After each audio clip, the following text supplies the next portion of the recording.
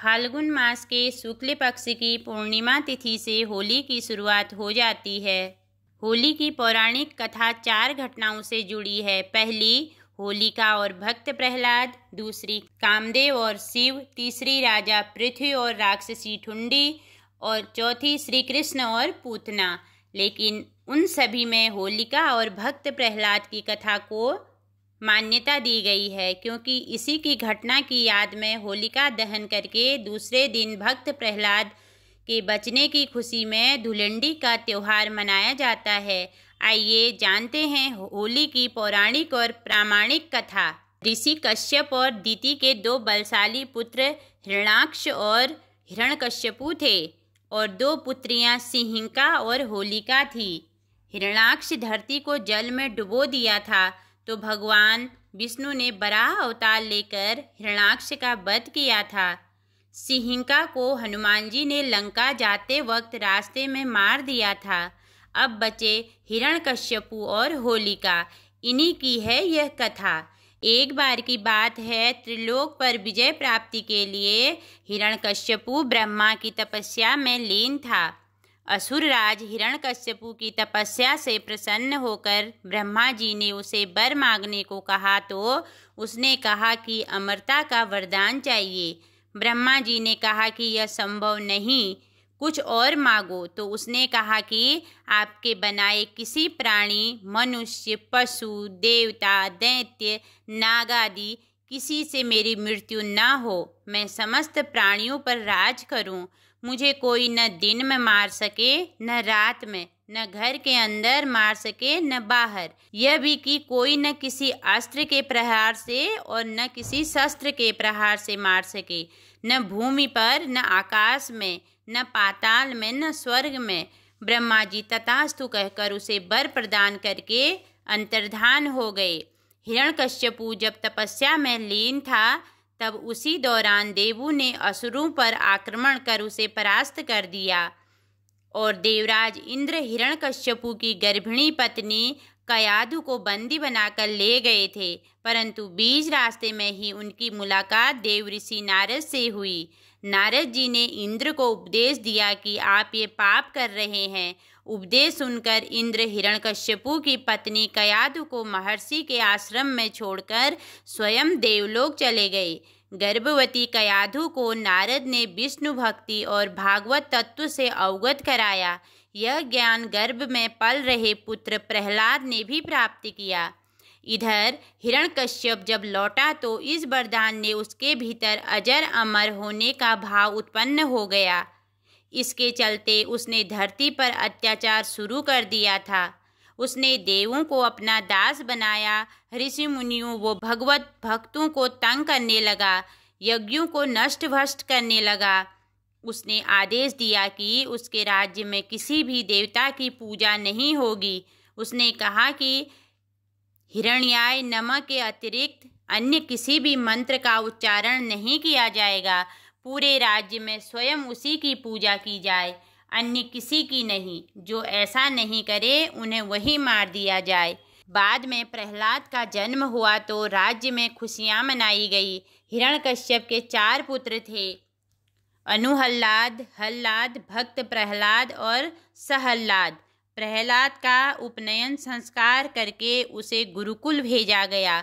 कुछ समय बाद हिरण्यकश्यप को यह जानने की उत्सुकता हुई कि गुरुकुल में मेरे पुत्र क्या सीख रहे हैं। उसने प्रहलाद को बुलाकर पूछा, तुमने गुरुकुल में क्या सीखा? प्रहलाद ने कहा कि भगवान विष्णु की नवभक्ति सीखी।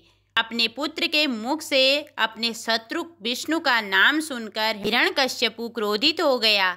कई बार समझाने पर भी प्रहलाद ने विष्णु की पूजा पाठ बंद नहीं की तो इससे क्रोधित होकर हिरण्यकश्यपु ने अपने गुरु को बुलाकर कहा कि ऐसा कुछ करो कि यह विष्णु का नाम रटना बंद कर दे।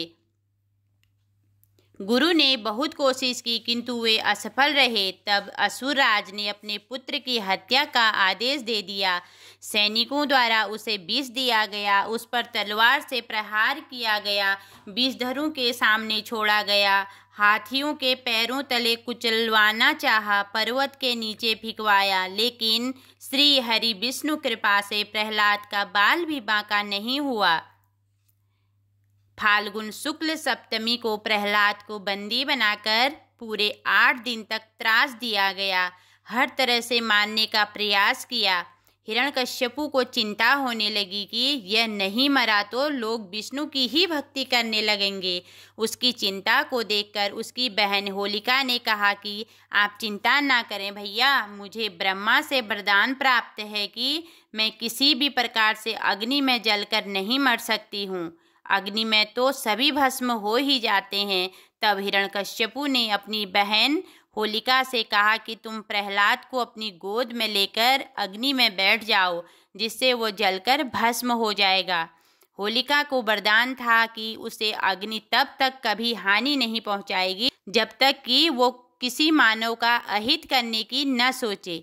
होलिका यह बात भूल गई थी। वह अपने भाई की बात को मानकर अपने भतीजे प्रहलाद को गोद में बिठाकर अग्नि में बैठ गई। उस दिन फाल्गुन माह की पूर्णिमा थी। प्रहलाद का अहित करने के प्रयास में होलिका तो स्वयं जलकर भस्म हो गई और प्रहलाद श्री हरि विष्णु का नाम जपते हुए अग्नि से बाहर आ गया। यह देख तो हिरण्यकश्यपु और भी ज्यादा क्रोधित और चिंतित हो गया। इस घटना के बाद हिरण्यकश्यपु ने प्रहलाद को एक खंबे से बांध दिया। फिर भरी सभा में प्रहलाद से पूछा, किसके बलबूते पर तू मेरी आज्ञा के विरुद्ध कार्य करता है? प्रहलाद ने कहा, आप अपना असुर स्वभाव छोड़ दें। सबके प्रति समता का भाव लाना ही भगवान की पूजा है। हिरण्यकश्यपु ने क्रोध में कहा, तू मेरे सिवा किसी और को जगत का स्वामी बताता है। कहाँ है वो तेरा जगदीश्वर? क्या इस खंबे में है जिससे तू बंधा है? यह कहकर हिरण्यकश्यपु ने खंबे में घूसा मारा। तभी खंबा भयंकर आवाज करते हुए फट गया और उसमें से एक भयंकर डरावना रूप प्रकट हुआ, जिसका सिर सिंह और धड़ मनुष्य का था। पीली आंखें, बड़े बड़े नाखून, विकराल चेहरा और तलवार सी लपलपाती जीभ, यही नृसिंह अवतार थे। उन्होंने तेजी से हिरण्यकश्यप को पकड़ लिया और संध्या की बेला में, न दिन में न रात में, सभा की देहली में न बाहर न अंदर, अपनी जांघों पर रखकर न भूमि पर न आकाश में, अपने नखों से न शस्त्र से न अस्त्र से उसका कलेजा फाड़ डाला। हजारों सैनिक जो प्रहार करने आए, उन्हें भगवान नृसिंह ने हजारों भुजाओं और नख रूपी शस्त्रों से खदेड़कर मार डाला। फिर क्रोध से भरे नृसिंह भगवान सिंहासन पर जा बैठे। तब प्रहलाद ने दंडवत होकर उनकी प्रार्थना पूजा की। प्रहलाद का राज तिलक करने के बाद नृसिंह भगवान चले गए। बुराई पर अच्छाई की जीत और शक्ति पर भक्ति की विजय के रूप में होली का पर्व मनाया जाता है। इस दिन सभी लोग आपसी मतभेद भुलाकर एक दूसरे को रंग लगाते हैं, जिसमें लाल रंग को बहुत ही महत्वपूर्ण माना जाता है। ऐसा इसलिए क्योंकि लाल रंग प्यार और सौहार्द का प्रतीक माना जाता है, जिससे आपसी प्रेम और स्नेह बढ़ता है। धार्मिक मान्यताओं के अनुसार होलिका दहन और होली के दिन भगवान श्री कृष्ण, श्री हरि और कुल देवी देवताओं की पूजा करने से सभी नकारात्मक शक्तियों का नाश हो जाता है और जीवन में सुख समृद्धि की प्राप्ति होती है।